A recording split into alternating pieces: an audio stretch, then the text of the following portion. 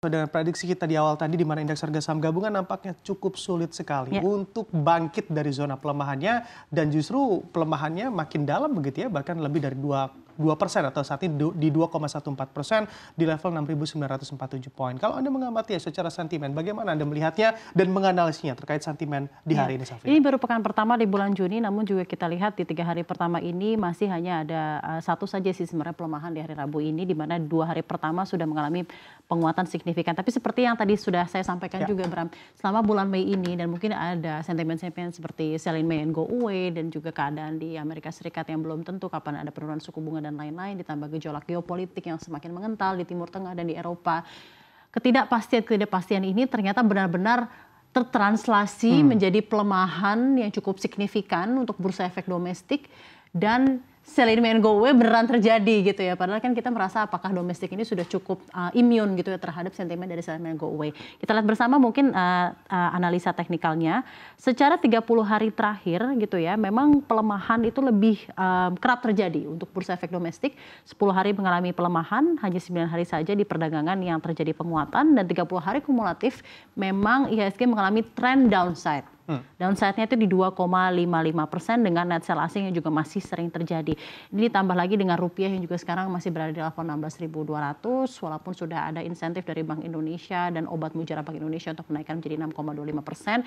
Kenapa? Karena di XY-nya begitu tinggi.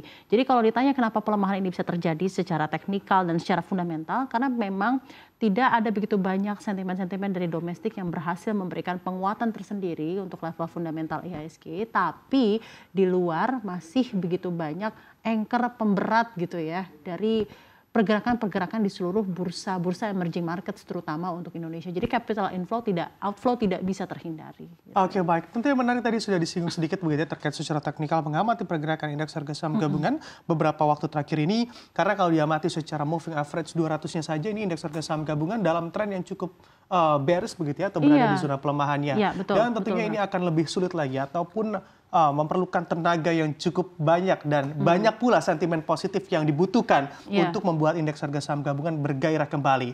Apalagi kalau kita amati secara nilai transaksi juga tidak sebesar itu juga, bahkan walaupun nilai transaksinya di angka 11,8 begitu ya, seperti yang tadi disampaikan oleh Safrina, lebih banyak jual ketimbang beli, yang membuat juga indeks harga saham gabungan cukup tertekan di sepanjang hari ini.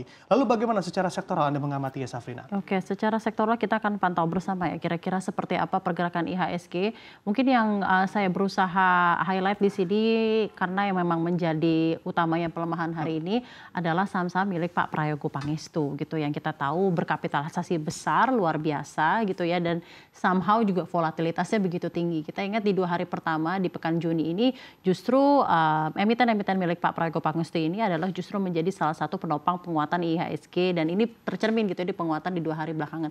Sekarang ketika berbalik arah, dan tentunya mungkin ada sentimen taking profit dan lain-lain, ketika sudah tinggi justru emiten ini yang menjadi si malakama gitu ya pergerakan pelemahan IHSG hari ini, dan kembali lagi terlempar ke level 6.900. Kita pantau bersama Canda Asri, Barito Pacific, Brand, dan juga Petrindo Jasa Kreasi atau Cuan. Ini TPIA berarti BRPT, Brand, Cuan ini mengalami pelemahan luar biasa, Bram.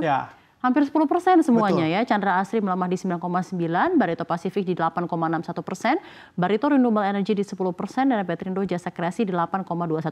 Ditambah lagi, selain dari emiten-emiten berkapitalisasi besar yang dimiliki oleh Pak Prayogo Pangestu, kita juga tadi mengamati bersama secara sektoral dari 11 sektor yang ada, memang ada 10 sektor yang melemah gitu ya hari ini ya. Jadi no wonder net sell asing hari ini kita lihat ya, net sell asing hari ini di 45,27 billion, ini di all market, dan ini juga semakin menunjukkan bahwa sebenarnya selain ada sentimen-sentimen taking profit dari beberapa emiten-emiten berkapitalisasi besar, memang ada yang tidak terhindari, yaitu adalah sentimen-sentimen global yang memang masih begitu kencang uncertainties-nya, ditambah lagi nanti ada FOMC kan, nanti seperti apa nih keputusan mengenai kebijakan suku bunga bank sentral. Jadi wait and see yang begitu dalam inilah menimbulkan pelemahan kembali lagi untuk IHSG. All in all menurut kami gitu ya, menurut saya gitu Bram ya, sepertinya tren IHSG akan tetap bearish ini masih akan terus berjalan jika titik-titik baliknya adalah ketika nanti benar-benar ada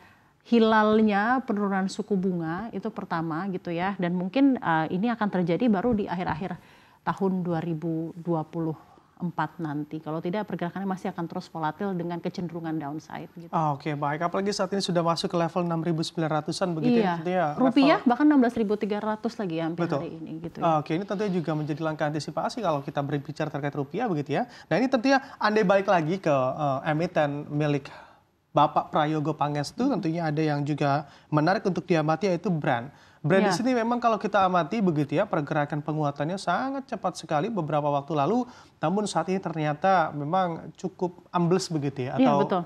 banyak yang mengguyur begitu para Iya. investor di dalam sana. Sebetulnya ini juga menarik kalau kita pahami begitu ya, dalam 1 bulan terakhir Brand ini sudah terkoreksi sekitar 24,81%. Tapi andai kita lihat selama 6 bulan terakhir, kalau diamati secara lebih panjang, ternyata Brand ini masih cuan atau masih mengalami apresiasi bahkan lebih dari 50% atau tepatnya di 68,75%. Tentunya ini juga balik lagi ke Anda begitu ya para pelaku pasar, apakah sudah menyiapkan exit strategi atau justru ini menjadi peluang Anda untuk mengamati saham-saham Prayogo Pangestu agar memang cuan di kemudian hari. Nah, ini tentunya balik lagi ke Anda, disclaimer on begitu ya. Baik, betul sekali Bram. Disclaimer on, keputusan investasi tetap berada di tangan Anda. Iya, betul sekali.